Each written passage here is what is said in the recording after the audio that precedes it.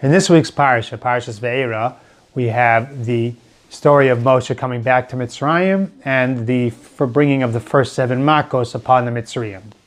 So I saw a very nice vart Rav Elia Baruch brought from Rabbi Cheskel, that he heard from Rabbi Cheskel Abramsky. So the Torah tells us the languages of Geulah that we say at the Seder. In Perek Vav, pasuk Vav and Zayin, it has the languages of V'hotzesi, V'hitzalti, V'ga'alti, Velakachti.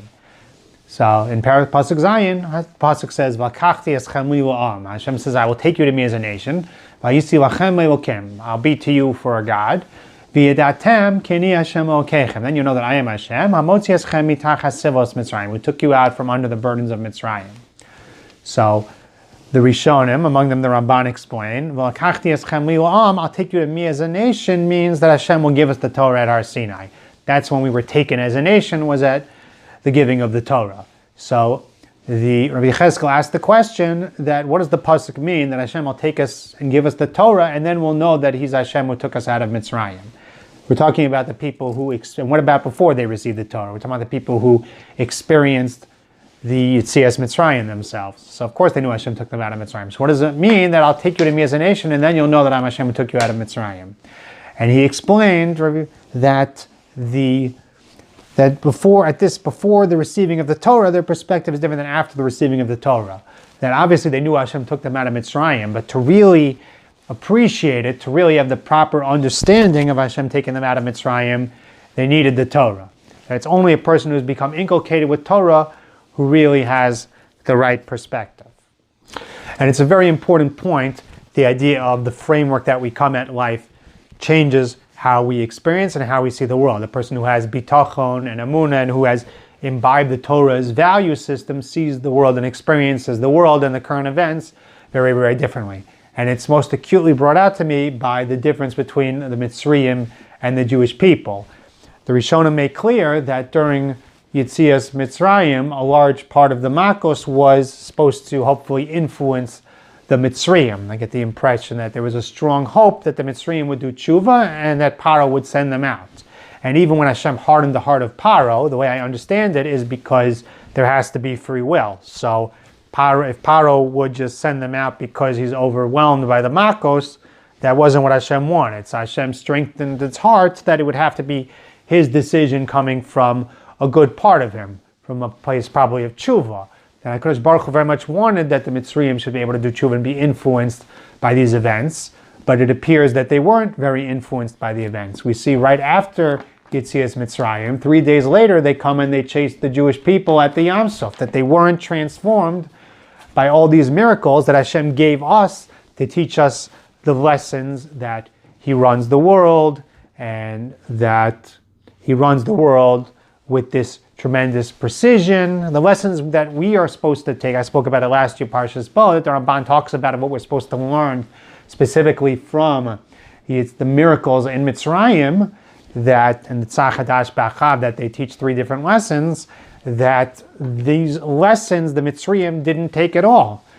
And Rav Hamaner actually says, Moiridik, there's a pasuk in the Haftorah, it's talking about that in the times of Yecheskel Hanavi, that Nebuchadnezzar that the Navi predicts that Nebuchadnezzar will come and attack Mitzrayim.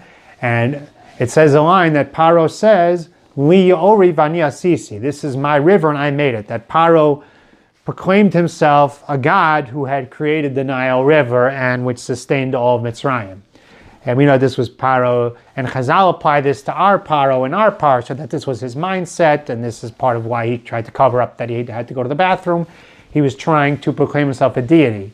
So Yechezkel Rav Hamaner points out that Chazal were taking a line from a Paro in the times of the destruction of the Beis HaMikdash and applying it to a Paro in the time of Yetzias Mitzrayim. He says the pshat is that all those years, the mindset of the Paros never changed. The mindset of Mitzrayim never changed. That right after Hashem drowned the Mitzrayim in the Yam Suf, he drowned the army, and the remaining Mitzrayim, they went back to their avodah zaras.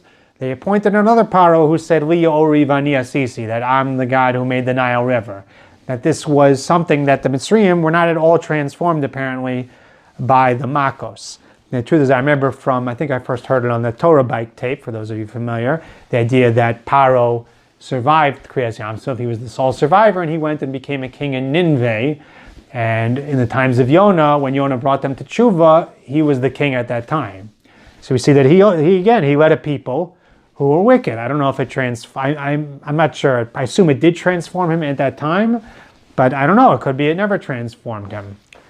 And I'm just thinking, there's a famous vart and I think a large part of this difference is the power of the Yetzer Hara, the idea that it's hard to change and it's hard to get inspired. But I think a part of it also is the framework of how we approach things, that the Mitzrayim had a perspective, and you could get knocked around and see the world turned upside down by HaKadosh Baruch Hu, and it not change your perspective. And we have, even in recent times, that Hashem has done events that make it really clear that He's in control, and people who have the right framework see that, and people who have no interest in such a framework don't see that at all. They see other things in it. And I think it's so important, Rabbi Yechezkel Ramsky's idea that he's pointing out here, that it's really the framework that we come to things. We can have the most inspiring stories, the craziest things happen to us, and you'll have a person gets inspired, and many people will not get inspired. And we see it especially in politics. I think this idea that I see people writing these articles, because of that crime that happened, it's going to convert all these people, or this event and it's not true. It's people don't transform. Sometimes people can be inspired, but often people don't transform just from events unless they have a perspective, unless they have the proper framework of how to view it. And that's something we have to strive for. It's interesting. There's a famous shmoozer of Reb Chaim Shmulevitz by Kriyas Yamsuf. It says, Rosh Shivcha Yam Ashra Yechezkel Bashua Ra Yechezkel Ben Buzi at the Ma'aseh Merkava, that the maidservants of the Jewish people experienced a greater revelation of Hashem's presence than even Yechezkel did at the Ma'aseh Merkava. So Chaim Shmulevitz would point out, but at the end of the day, these shivchas stayed shivchas. They didn't become Yechezkel ben Bud. They didn't become the Navi Yechezkel. They didn't reach that level. It didn't transform them to that degree. So he has a different pshat, but it hit me. Maybe part of the pshat is because they hadn't gotten the Torah yet, so they hadn't developed the proper framework to maybe fully inculcate the greatness of the event yet. Maybe. But at the end of the day, there's this idea that the Torah gives us a perspective, and we need that to be connected to Hashem and to be able to have that positive outlook and that connected outlook and that mentality of gratitude to HaKadosh Baruch Hu. And we have to daven to Him to help us to inculcate the Torah and develop the proper framework, and thereby be able to be inspired by the events and see them properly, and do tshuva. Never underestimate how much our perspective matters and what we see, and Tamir Hashem be the ones who can be different from the Goyish culture around us, and have the right perspective of the events around us, and maybe be zoche to elevate ourselves and bring ourselves to tshuva and to greatness. Have a wonderful Shabbos.